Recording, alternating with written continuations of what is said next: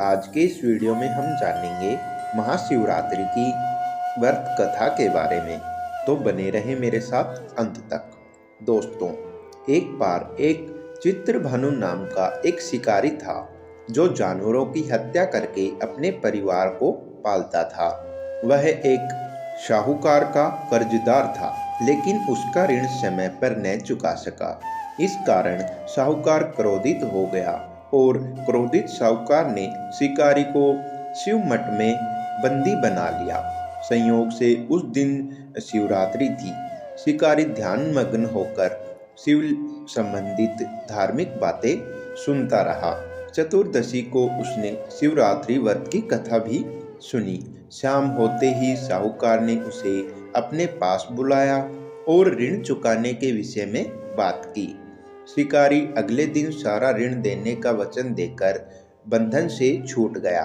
अपनी दिनचर्या की भांति वह जंगल में शिकार के लिए निकला, लेकिन दिन भर बंदी गृह में रहने के कारण भूख प्यास से व्याकुल था। शिकारी शिकार खोजता हुआ वह बहुत दूर निकल गया। जब अंधकार हो गया तो उसने विचार किया कि रात जंगल में ही बितानी पड़ेगी। वह एक तालाब के किनारे एक बेल के पेड़ पर चढ़कर रात बिताने का इंतजार करने लगा। बेल वृक्ष के नीचे शिवलिंग था जो बेल पत्रों से ढका हुआ था। शिकारी को उसका पता नहीं चला। पड़ाव बनाते समय उसने जो टहनियाँ तोड़ी वे संयोग से शिवलिंग पर गिर गई और उन पर गिरती चली गई। इस प्रकार दिन भर भूखे प्यासे शिकारी का व्रत भी हो गया और शिवलिंग पर बेलपत्र भी चढ़ गए। एक पहर रात्रि बीत जाने पर एक गर्भिणी हिरणी तालाब पर पानी पीने पहुंची। शिकारी ने धनुष पर तीर चढ़ाया। ज्यों ही प्रत्यंचा खींची, हिरणी बोली, मैं गर्भिणी हूँ, शीघ्र ही प्रसव करके तुम्हारे पास पहुंचूंगी। तुम एक साथ दो जीवों की हत्या करोगे, जो कि ठीक नहीं है। मैं अपने बच्चों को जन्म देकर तुम्हारे पास अपने आप ही आ जाऊंगी, तब मार लेना मुझे। ऐसा सुन के शिकारी ने प्रत्यंचा ढीली कर दी और हिरणी जंगली झाड़ियों में लुप्त हो गई। प्रत्यंचा चढ़ाने तथा ढीली करने के वक्त कुछ बेलपत्र अनायास ही टूटकर शिवलिंग पर गिर गए। इस प्रकार उससे अनजाने में ही प्रथम पहर की पूजन भी समापन हो गया। और दोस्तों, कुछ ही देर बाद एक और हिरणी उधर से निकली। शिकारी की प्रसन्नता का ठिकाना न रहा। समीप आने पर उसने धनुष पर बाण चढ़ाया। तब उसे देख हिरणी ने अपने विनम्रता पूर्वक निवेदन किया कि हे शिकारी, मैं थोड़ी देर पहले ऋतु से निवृत्त हुई हूँ, कामुतातुर ही हिरणी हूँ। मैं अपने प्रिय की खोज में भटक रही हूँ। मैं अपने पति से मिलकर शीघ्र ही तुम्हारे पास आ जाऊंगी। शिकारी ने उसे भी जाने दिया। 2 बार शिकार को खोकर उसका माथा ठनका। वह चिंता में पड़ गया। रात्रि का आखिरी पहर बीत रहा था।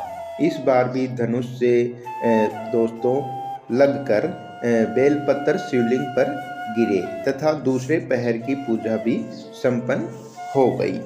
तभी एक अन्य हिरणी अपने बच्चों के साथ उधर से निकली। शिकारी के लिए यह स्वर्णिम अवसर था। उसने धनुष पर फिर से तीर चढ़ाने में देर नहीं लगाई। वह तीर छोड़ने ही वाला था कि हिरणी बोली कि हे शिकारी, मैं इन बच्चों को अपने पिता के हवाले करके लौट आऊंगी। उस समय मुझे मार लेना। शिकारी हंसा और बोला, सामने आए हुए शिकार को मैं छोड़ दूं? मैं ऐसा मूर्ख नहीं हूँ।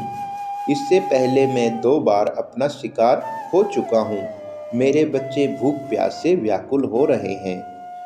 उत्तर में हिरणी ने फिर कहा, जैसे तुम्हारे अपने बच्चों की ममता तुम्हें सता रही है, ठीक वैसे ही मुझे भी। हे शिकारी, मेरा विश्वास करो, मैं उन्हें इनके पिता के पास छोड़कर तुरंत ही लौटने की प्रतिज्ञा करती हूँ। हिरणी का दीन स्वर सुनकर शिकारी को उस पर दया आ गई। उसने उस मर्गी को भी जाने दिया। शिकार के अभाव में तथा भूख प्यास से व्याकुल शिकारी अनजाने में ही बेल वृक्ष पर बैठा बेलपत्र तोड़ तोड़ कर नीचे फेंकता जा रहा था।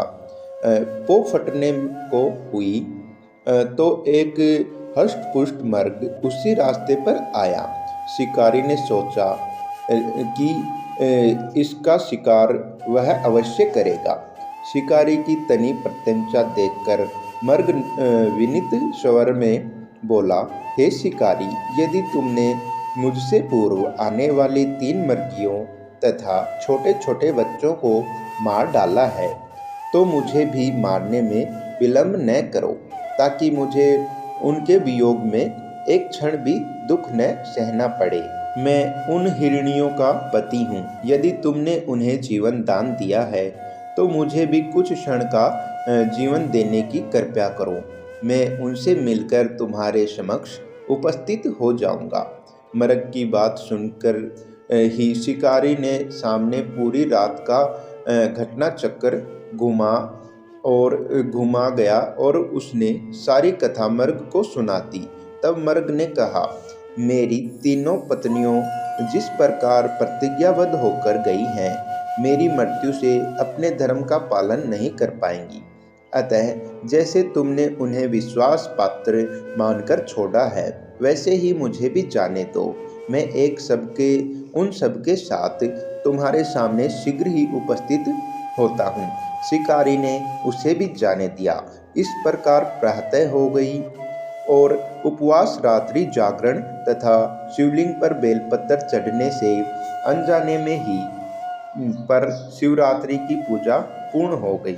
पर अनजाने में ही किए गए हुए पूजन का परिणाम उसे तत्काल मिला। शिकारी का अहिंसक हृदय निर्मल हो गया।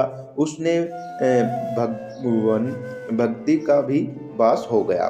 थोड़ी ही देर बाद वह मर्ग सहपरिवार शिकारी के समक्ष उपस्थित हो गया, ताकि वह उनका शिकार कर सके। किंतु जंगली पशुओं की ऐसी सत्यता, सात्विकता एवं सामूहिक प्रेम भाव देखकर शिकारी को बड़ी गलानी हुई। उसने मर्ग परिवार को जीवन दान दे दिया और अनजाने में शिवरात्रि के व्रत का पालन करने पर भी शिकारी को मोक्ष की प्राप्ति हुई। जब मृत्यु काल में यमदूत उसके जीव को लेने जाने आए तो शिवगणों ने उन्हें वापस भेज दिया तथा शिकारी को शिवलोक में ले गए। शिवजी की कृपा से ही अपने इस जन्म में राजा चित्रभानु अपने पिछले जन्म को याद रख पाए तथा महाशिवरात्रि के महत्व को जानकर उसका अगले जन्म में भी पालन कर पाए।